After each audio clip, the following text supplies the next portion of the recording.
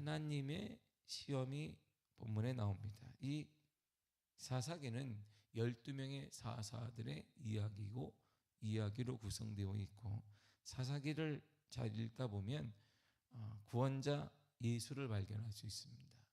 그리고 사사기를 통해 하나님은 구원자 예수 그리스도의 할 일과 구원자의 역할이 무엇인지를 정확히 보여주어서 사사기는 복음의 축소판이다라고 말하기도 합니다. 왜냐하면 사사기를 통해 예수 그리스도의 사역과 예수 그리스도의 역사와 예수 그리스도가 이 땅에 오심으로 해야 될 일을 우리들에게 보여주기 때문입니다. 이 12명의 사사 중에 오늘 세 사람이 등장합니다. 특별히 하나님은 이스라엘 사람들을 시험하고 있습니다. 자, 4절을 먼저 읽도록 하겠습니다. 시작. 남겨주신 이 이방 민족들로 이스라엘을 시험하사 여호와께서 모세를 통하여 그들의 조상들에게 이르신 명령들을 순종하는지 알고자 하셨더라. 아멘. 근데 좀 이해 안 되는 부분이 있단 말이에요. 자, 여호수아가 전쟁을 시작합니다. 모세가 이제 가나안에 들어가기 전에 죽어요. 120세에 죽고, 그래 110세 여호수아가 죽기 전에 가나안 정복을 시작하는데 가나안 정복이 5년 걸렸어요. 그러니까 단지 여기 조금 하고 만 게 아니라 5년 동안 피비린내 나는 전쟁을 했습니다. 그런데 오늘 본문에 보세요. 남겨두신 이 이방 민족들로. 원래 저라면 안 된단 말이에요. 하나님이 모세를 통해 분명히 말씀하신 명령이 반복되는 명령이 있습니다. 그런데 이 사사기 3장 4절 보면 저 명령과 좀 다르다라는 거 알 수 있어요. 자, 모세를 통해 하나님은 이 모세 오경을 통해 반복하며 또 반복하고, 마지막 신명기인 그리고 그의 마지막 설교를 통해서도 무엇을 통해 어떻게 해야 되는지를 명령했습니다. 신명기 7장 16절을 보겠습니다. 시작. 내 하나님 여호와께서 내게 넘겨주신 모든 민족을 내 눈이 긍휼히 여기지 말고 진멸하며 그들의 신을 그것이 내게 올무가 되리라. 아멘. 자, 보세요. 너에게 넘겨주신 모든 민족, 가나안의 7족속이거든요. 내 눈이 불쌍히 여기지 말아라. 뭐해라? 진멸해라 그랬어요. 진멸은 뭐예요? 싹 죽이라는 거예요. 남녀노소 가릴 거 없다. 다 죽여야 한다. 왜냐하면 그렇지 않으면 어떻게 된다? 올무, 덫이 된다. 너가 스스로 덫에 잡힐 거야. 그러니까 절대 남겨두면 안 돼. 그들의 신을 섬기게 될 것이니까. 이거는 혼합 종교 때문에 주님이 이렇게 강력하게 말씀하신 거예요. 하나님의 잔인성을 말하는 게 아니라 종교의 유일신에 대한 사상이 얼마나 중요한지를 보여주는 거예요. 혼합 종교가 일어날 거야. 그러니까 그들의 씨앗을 남겨두면 안 돼. 불쌍히 여기서는 인간의 눈으로 불쌍하지 않나. 그래서는 안 돼. 그래서는 유일신 사상이 깨진다. 그 너희의 덫이 된다. 그 덫이 지금 시작되고 있는 거야. 그 덫이 지금 반복적으로 시작되고 있습니다. 자, 여호수아는 5년 동안 전쟁했는데 그 전쟁을 경험하지 않은 세대가 있어요. 이렇게 5년 동안 전쟁은 다 어른들이 나가고 20세 이상이 나가고 전쟁을 하지 않은 세대가 등장했어요. 그 우리가 말하는 소위 다음 세대가 등장했습니다. 이들이 누구냐면 이들을 시험하는 거예요. 본문의 1절을 보겠습니다. 시작. 여호와께서 가나안의 모든 전쟁들을 알지 못한 이스라엘을 시험하려 하시며. 아멘. 가나안 전쟁은 예수님 탄생 1405년경에 5년 전에 약 5년간 여호수아 인도하에 이스라엘 백성들이 하나님께서 약속하신 가나안 땅에 들어가게 하기 위해 수행했던 정복 전쟁을 말합니다. 그때는 피비린난 전쟁을 해요. 지금 우리가 드론을 띄우는 것도 아니고 무슨 뭐 탱크를 가져오는 것도 아니고 그냥 칼로만 하는 거예요. 막 이렇게 칼로 하니까 얼마나 무서웠겠어요? 무섭고 잔인하고 아팠겠습니다. 이러한 전쟁은 모세를 사랑한 이유는 바로 여기 있는 거예요. 하나님이 모세의 노고를 가지고 이 전쟁에 사랑하는 자가 뛰어든다는 거. 지도자가 그 당시에 지도자는 뒤에서 말하는 게 아니라 앞에서 막 뛰어가서 막 먼저 전쟁을 일으켜야 되는데 내 사랑하는 모세가 이 노구의 몸으로 전쟁을 한다는 건 불가능했어요. 그래서 하나님이 그를 먼저 취하신 거예요. 데려간 것입니다. 그가 데려갈 때 느보산에 어디에 죽었는지 몰라요. 지팡이도 없어요. 시체도 없어요. 만약에 늘 얘기하지만 그의 시체가 존재했다면, 지금 만약 그의 시체를 우리 존재했다면 사람들이 그의 피라미드를 우리가 다 해놨을 거예요. 이렇게 그걸 해놓고 지금도 아마 거기 성지순례 갔을 거예요. 우리 모두가 다 모세를 보러. 주님은 관심 없으니 모세 앞에 오 할렐루야, 모세를 찬양하면서 할렐루야 막 이랬을 것입니다. 그 사람 흔적도 없이 데려갔어요. 그 이후에 여호수아가 정복 전쟁이 시작하니까, 이 정복 전쟁은 피비린나는 전쟁을 하는 거야. 그냥 목숨을 걸고 내 아들이 죽고 남편이 죽고 아버지가 죽는 전쟁을 치렀던 것입니다. 이 엄청난 전쟁은 이스라엘 이후에서 하나님이 직접 역사하신 것입니다. 이스라엘 백성들이 전쟁에 준비된 자들도 아니에요. 전쟁에 능한 자들을 해줬어요. 이들이 한 일이 뭐예요? 40년간 광야 생활한 거예요. 삐삐 놀다 뭐 전쟁을 뭐 하겠어요. 이들이 먼저 그들이 뭐 연습을 했겠어요. 그러나 가나안 민족은 안악자손들은 자이언트 민족들은 다 준비된 사람들이 전쟁을 준비하고 사냥을 하기도 하고 정착 생활을 했기 때문에 준비된 자들인데, 이스라엘 백성은 준비된 자가 아무도 없어요. 무기를 제대로 된 무기를 하나 만들었겠어요? 그것도 아닙니다. 전적인 하나님의 은혜로 그 전쟁 중에 승리하게 되었습니다. 그런데 여호수아와 동시대에 살았던 장로들이 사람들 하나둘씩 죽고 난 다음 세대가, 이 전쟁을 모르고 하나님의 은혜를 모르는 다음 세대가 큰 일을 경험한 적이 없어요. 이 전후 세대는 선조들이 피 흘린 것에 대해서 대가를 누리면서도 전쟁의 승리를 하나님을 잃어버려. 우리처럼 이 한국의 기독교는 세계 기독교와 다릅니다. 기독교사가, 한국 기독교는 피의 순교 위에 세워진 것이에요. 그냥 세워진 게, 그냥 미국에서 선교사가 와서 세워진 이게 아니라 이 정착되기까지 북한의 전쟁과 민족의 전쟁과 여러 가지 민족을 통하여서 이 짧은 140년의 역사를 통해서 수많은 자들이 죽었습니다. 그래서 지금 대한민국 곳곳에는 우리가 국내 성지 순례가 있는 거예요. 왜냐하면 제합리부터 해가지고 수많은 자들이 죽었어요. 예수 믿는 것 때문에 죽어가게 되었어요. 그리고 우리가 알다시피 그 세례 하나를 받기 위해서 고정이 우리나라에서는 다른 종교를 믿지 못한다 그러니까 세례를 받기 위해서 조선의 땅을 북한으로 넘어가서 두만강을 넘어가서 중국 땅에 가서 세례를 받을 정도였어요.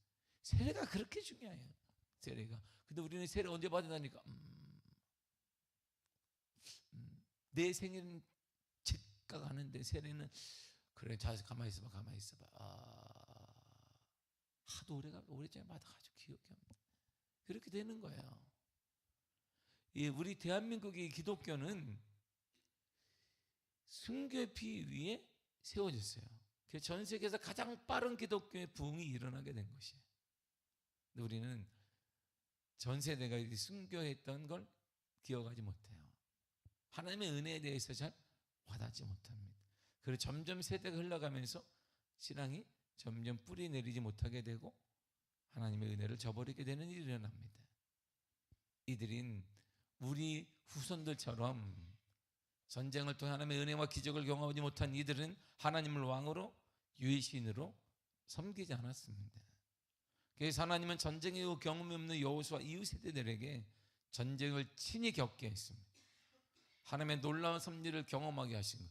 그래서 사사기 역사가 끊임없이 뭐가 일어나요? 전쟁이 일어나요. 계속 전쟁.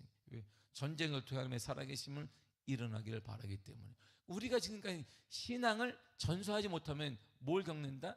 영적 전쟁을 자녀들이 계속 겪는 거. 누구 때문에? 우리 때문에. 우리가 신앙을 전수하지 않은 것 때문에 영적 전쟁이 계속 일어나는 거예요. 이렇게 사단이 우리를 괴롭히고 있단 말이에요. 전후 세대 현실을 보세요. 전후 세대, 우리 다음 세대 현실이 똑같습니다.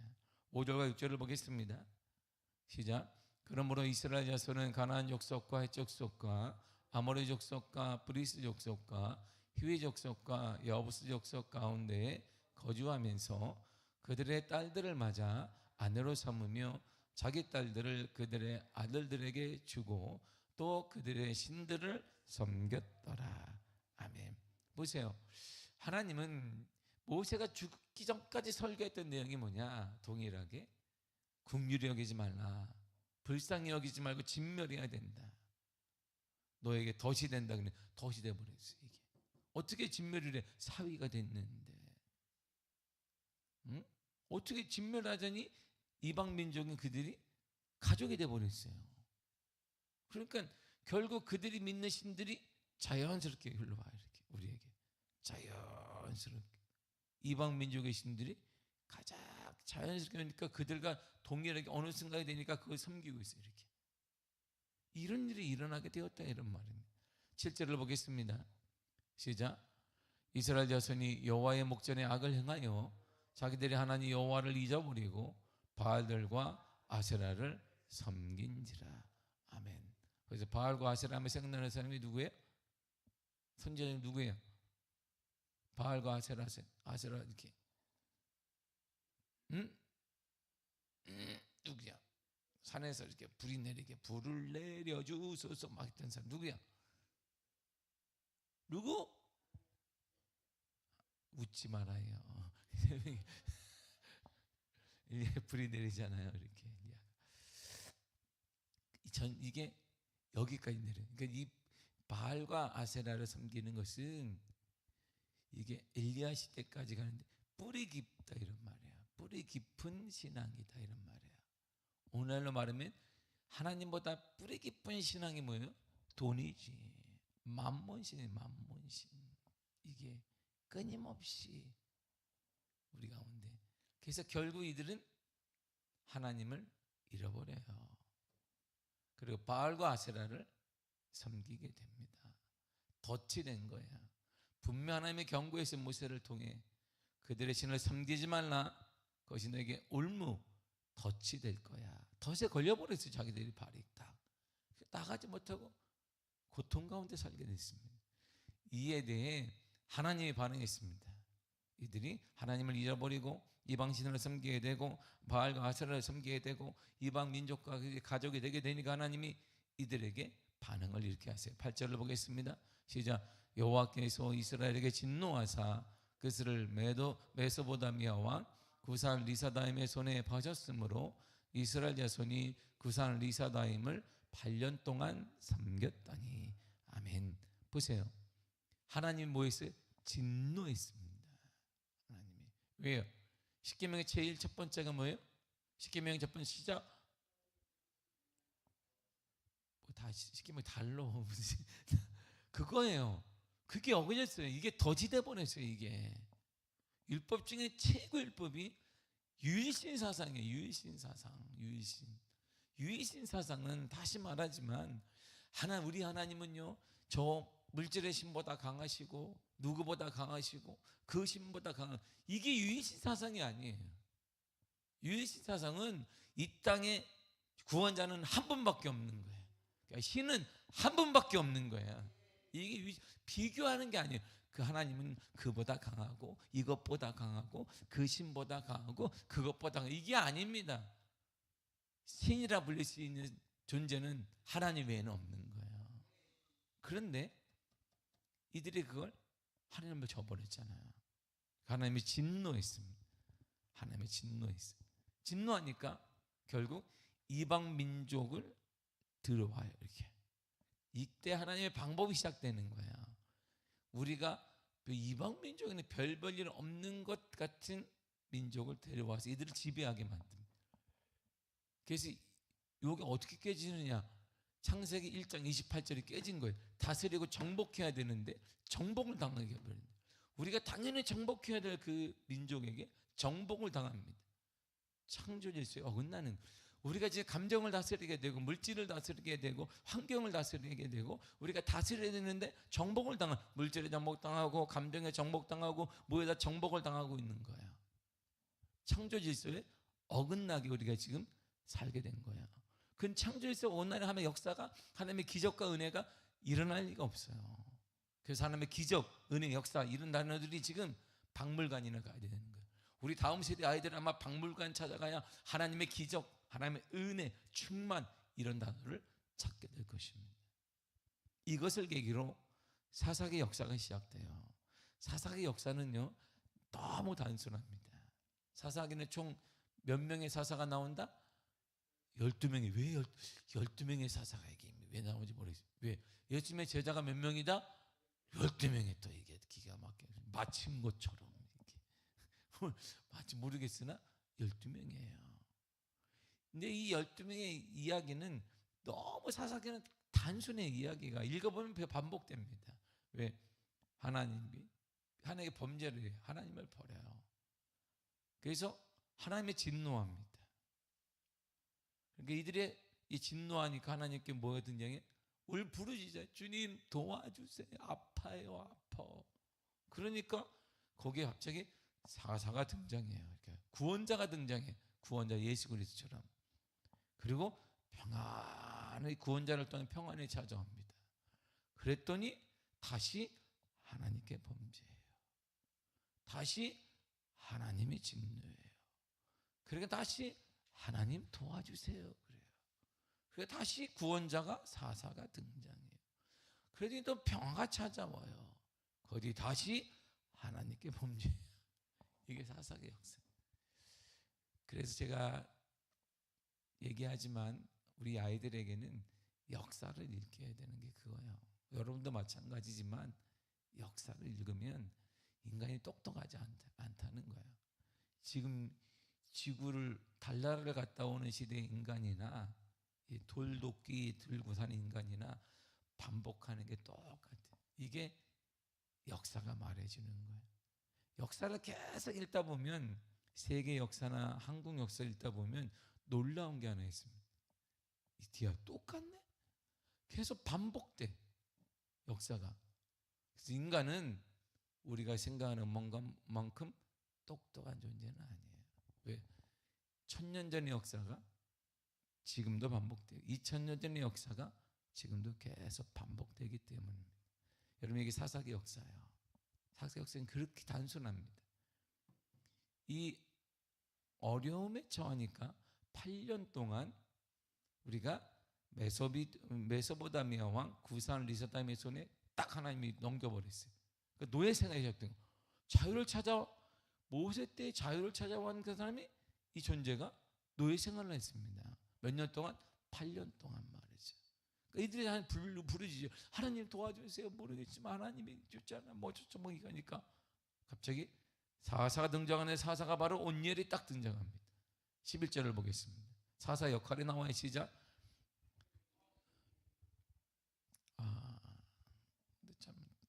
본문의 11절 시작. 그 땅이 평온한 지 40년에 그나스의 아들 온니엘이 죽었더라. 아멘. 보세요. 사사가 딱 등장하면 뭐가 일어나요? 평안이 찾아옵니다. 그 다음에 왼손잡이 에훗이 등장하는데 30절을 보겠습니다. 30절을 보겠습니다. 시작. 그날에 모압이 이스라엘 소아에 굴복하매 그 땅에 80년 동안 평온하였더라. 아멘. 자, 그 삼갈이 등장합니다. 31절을 보겠습니다. 시작. 에훗 후에는 아낙의 아들 삼갈이 있어 소모는 막대기로 블레 사람 600명을 죽였고 그도 이스라엘을 구원하였더라. 아멘. 구원. 보세요. 사사가 등장하면 두 가지가 일어나는데 평안하고 구원이 일어나요. 자, 주님께서 이렇게 얘기했어요. 내가 너희에게 줄 것이 하나 있다. 뭘 준다? 평안을 주노라. 세상에 준 것 같지 않다 그랬어요. 그리고 우리를 구원시킵니다. 그래서 사사기에는 계속 누가 등장하냐면 예수 그리스도가 등장한다고 말을 하는 거야. 그분이 등장하면 뭐가 일어난다?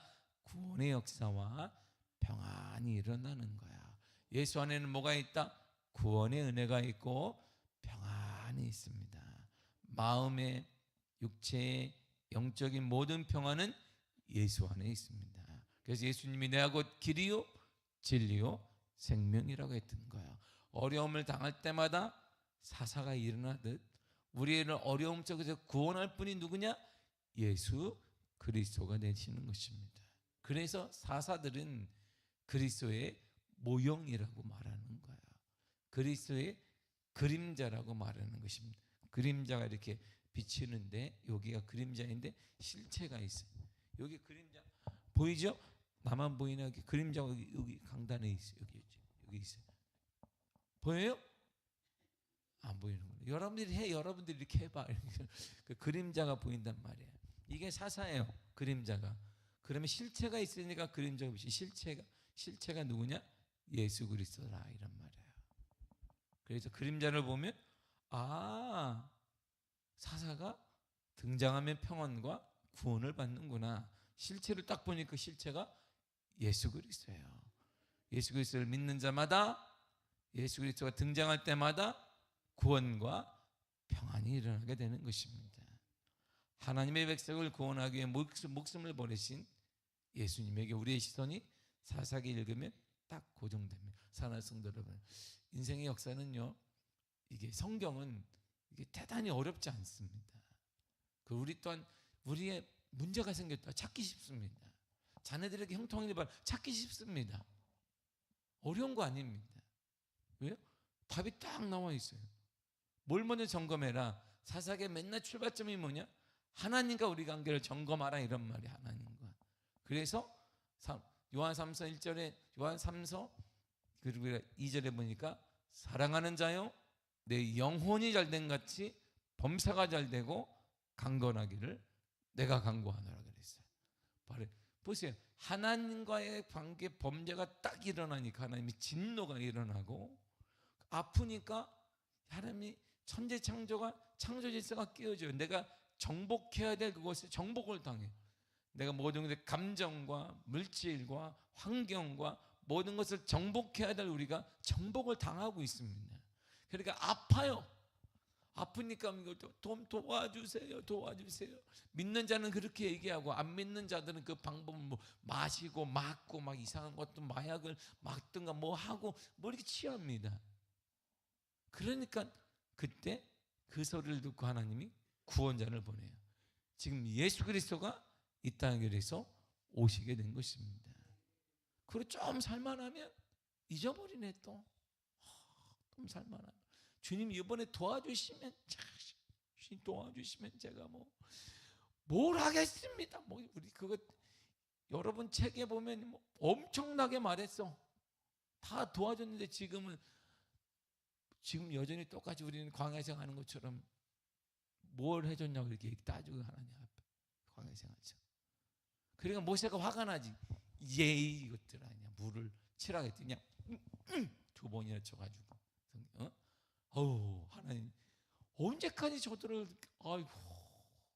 저도 물론 고기 달라고 배고프다 그래서 만나를 주고 그러더니 배부르니까 만나만 먹고 사냐?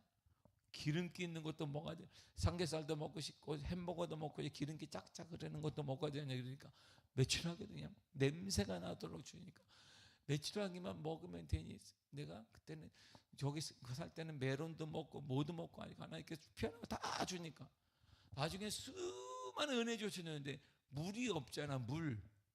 그러니까 반석을 쳐라니까 모세가 얘라 이것들아 먹어라 그래가지고 의리예요. 수많은 걸 약속하잖아요. 하나님 문제가 되면 주님의 은혜는 평생 주를 위해서 뭘 하고 여러분들이 그 얘기한 거 지금 풀어놓으면 성경보다 더 두꺼워.